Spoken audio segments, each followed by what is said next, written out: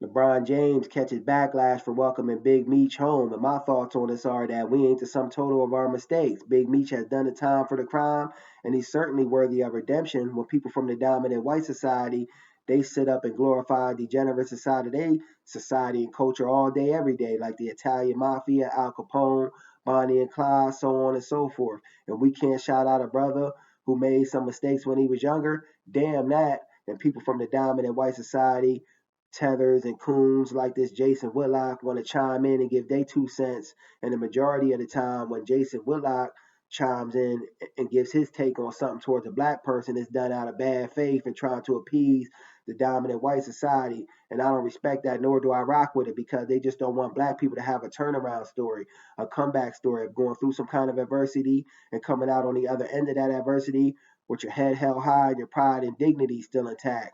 See, we as foundational black Americans, we welcome home our incarcerated because we understand that just because he or she may be incarcerated doesn't necessarily mean they're a bad person. See, a lot of times we're forced to make something that's broken work in terms of resources, situation, the lack, the environments we're placed in, and this could be directly linked to systematic racism, white supremacy, if you ask me. And I'm making no excuses. I'm just trying to get you to see the picture in full totality, not just bits and pieces.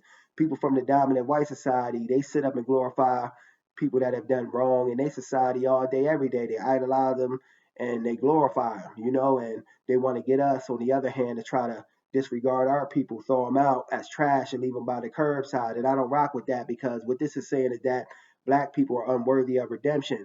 We're held to our mistakes from the past the entirety of our lives. And I don't rock with that, because we're certainly worthy of redemption and having a comeback story. But in closing, LeBron James did nothing wrong. Salute to Big Meech. Welcome home, Big Meech. I know he's going to go on to do some good and positive things in his life, and we ain't the sum total of our mistakes. You're going to make mistakes when you're younger, but as long as you learn from the mistakes and make better strides in the future, that's all that matters. Peace.